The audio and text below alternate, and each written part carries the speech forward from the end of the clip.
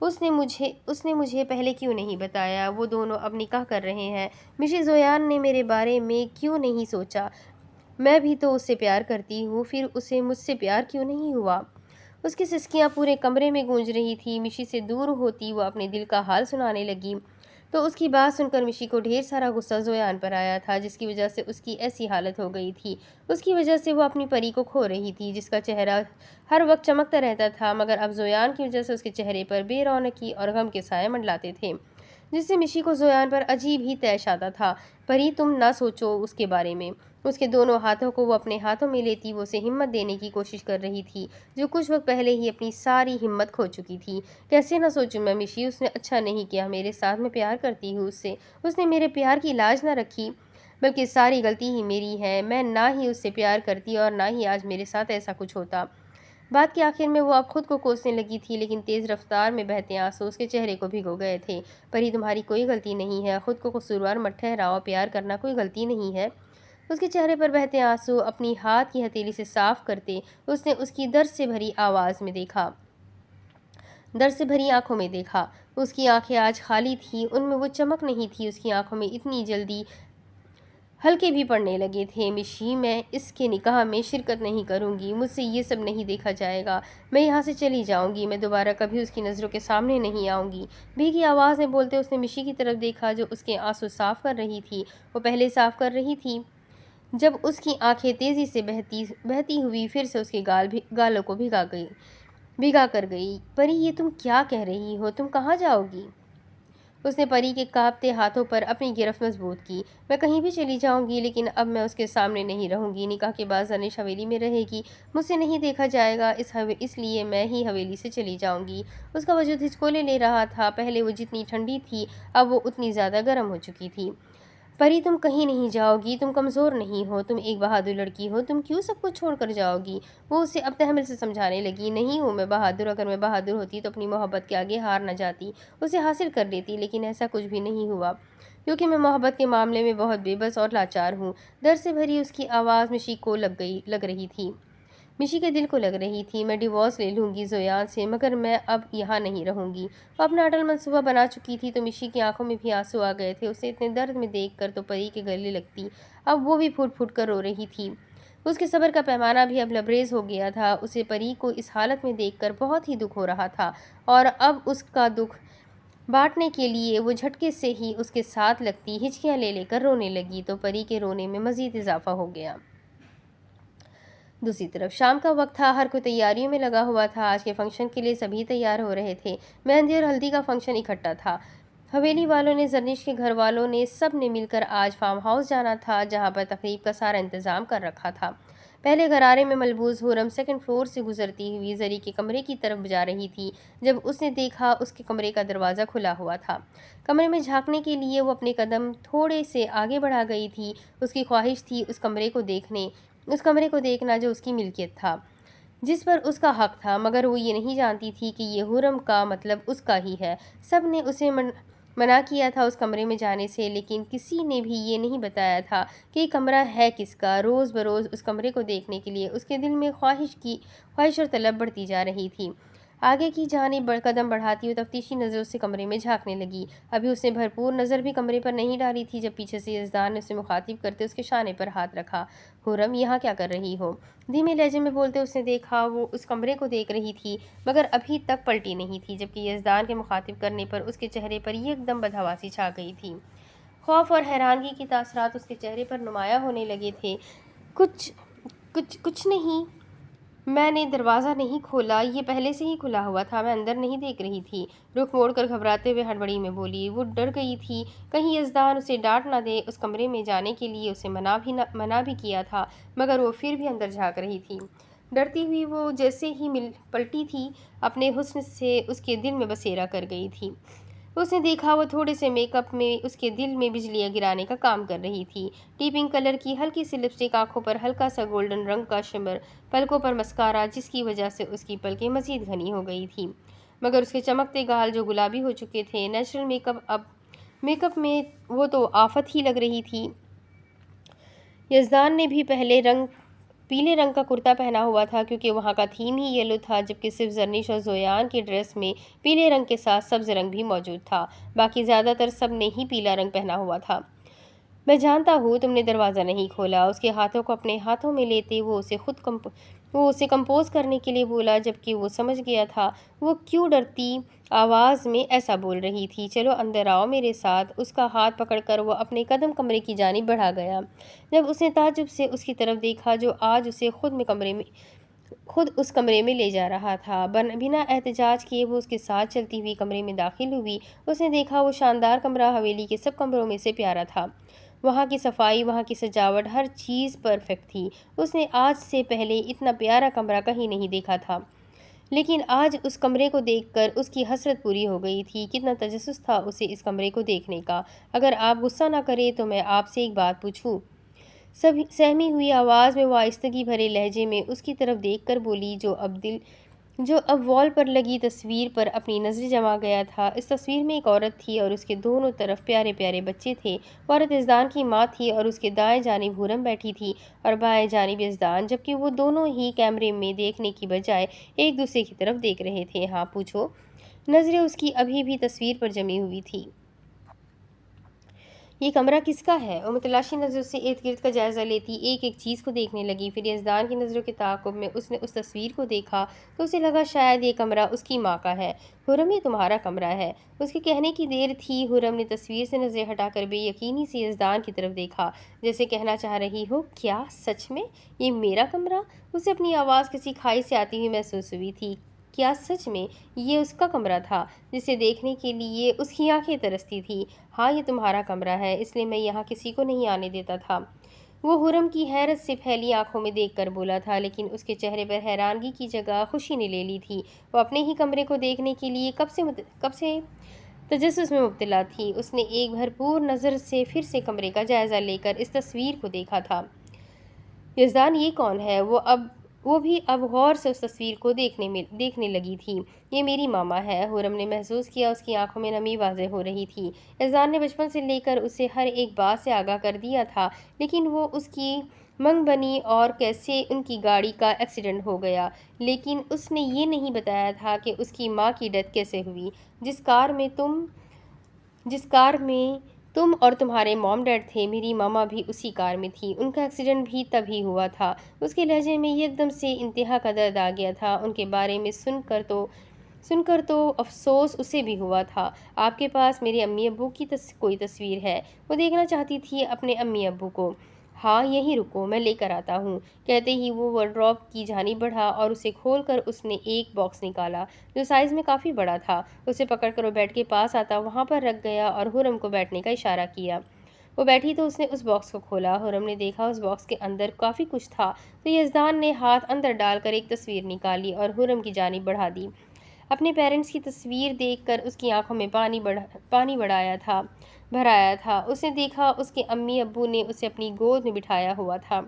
اس کا دل چاہا کاش اس کے امی ابو زندہ ہوتے اور وہ اس تصویر کی طرح اسے پیار کرے۔ ایسا نہیں تھا کہ اسے ماں باپ کا پیار نہیں ملا تھا، لیکن اپنے اصل ماں باپ کو دیکھ کر اس کے دل میں خواہش سی پیدا ہوئی تھی۔ اس کی آنکھوں سے بہتا ایک موٹا آنسو اس کے گال پر بہہ گیا تھا۔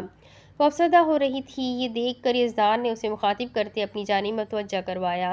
حورم تم جانتی ہو میں نے تمہیں کہاں کہاں نہیں ڈھونڈا۔ وہ اسے افسردہ دیکھ کر اسے اپنی باتوں میں لگا کر اس کا موڈ ٹھیک کرنے لگا تھا۔ یزدان سب کے لیے میں بھی مر چکی تھی، پھر اس بات کو آپ نے تسلیم کیوں نہیں کیا؟ سب کے بتانے پر اسے یہی پتہ چل سکا تھا کہ اس کا ان سب کی زندگیوں میں واپس آنا کسی معجزے سے کم نہیں تھا، بلکہ سب لوگ تو یہ سمجھ چکے تھے کہ وہ بھی مر گئی۔ حورم میرا دل تمہاری موجودگی کی گواہی دیتا تھا، میں کیسے یقین کر لیتا، جبکہ میرے آتے ہر ایک سانس میں مجھے تمہاری مہک محسوس ہوتی تھی، جیسے تم کہیں میرے آس پاس ہی ہو۔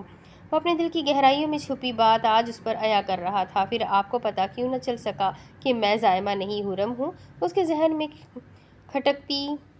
کھٹکتی بات آج اس کی زبان پر آ ہی گئی تھی، تو یکدم یزدان نے اسے نظریں چرائی۔ حورم یہی شکوہ مجھے خود سے ہے، تم میرے سامنے تھی لیکن میں تمہیں کیوں نہ پہچان پایا؟